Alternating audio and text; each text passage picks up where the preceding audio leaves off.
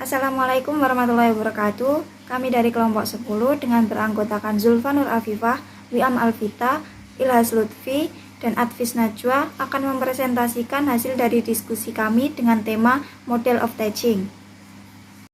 Materi yang pertama yaitu pengertian metode. Secara etimologi, istilah metode berasal dari bahasa Yunani yaitu metodos.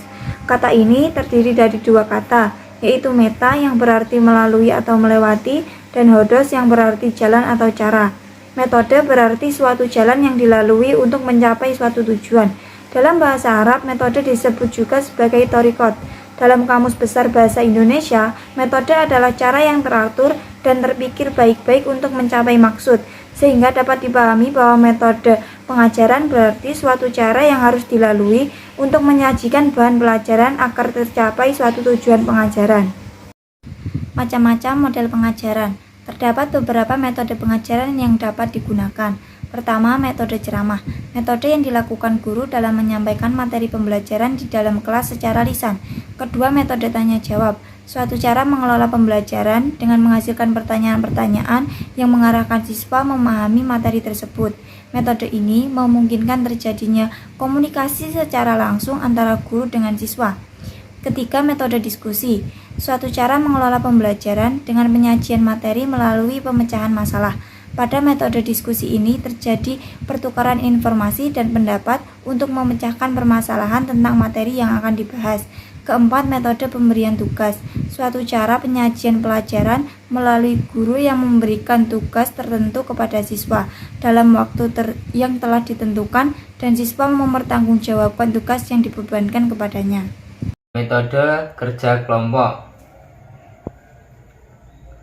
Suatu metode mengajar dengan membagi siswa menjadi beberapa kelompok dan mereka bekerja sama dalam memecahkan masalah atau melaksanakan tugas tertentu dan berusaha mencapai tujuan pengajaran yang telah ditentukan oleh guru. Nomor 6, metode demonstrasi.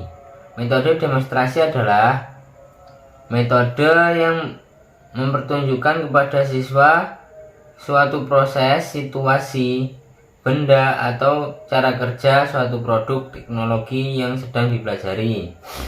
Yang ketujuh, metode eksperimen. Metode eksperimen merupakan suatu cara pengelolaan pembelajaran di mana siswa melakukan aktivitas percobaan dengan mengalami dan membuktikan sendiri suatu yang dipelajarinya. Nomor 8, metode pemecah masalah.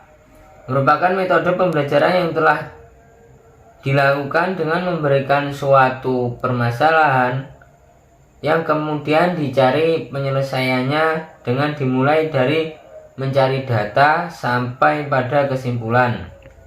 Nomor 9, metode karya wisata, yaitu cara mengajar yang dilaksanakan dengan mengajak siswa ke suatu tempat atau objek tertentu di luar sekolah untuk mempelajari atau menyelidiki objek tersebut. Yang ketiga, pertimbangan dalam memilih dan menentukan model dalam pembelajaran. Ada beberapa hal yang dapat menjadi pertimbangan pendidik, di antaranya: 1. Tujuan yang hendak dicapai. Pendidik harus mengetahui dengan jelas tujuan pembelajaran yang dilakukannya, karena tujuan tersebut menjadi sasaran dan pengarahan untuk tindakannya dalam menjalankan tugasnya sebagai guru atau pendidik.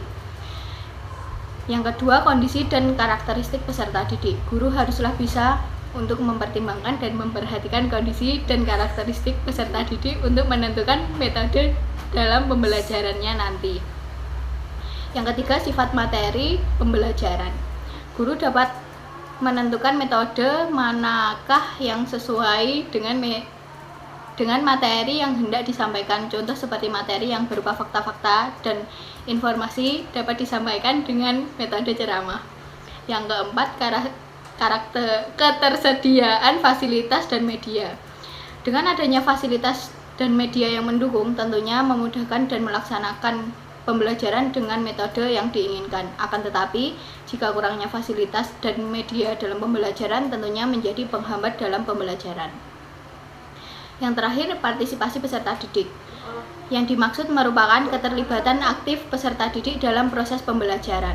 Apabila pendidik menginginkan peserta didik terlibat aktif secara menyeluruh, maka diperlukan pemilihan metode yang sesuai dengan kondisi peserta didik untuk dapat terlibat secara aktif di proses pembelajaran tersebut.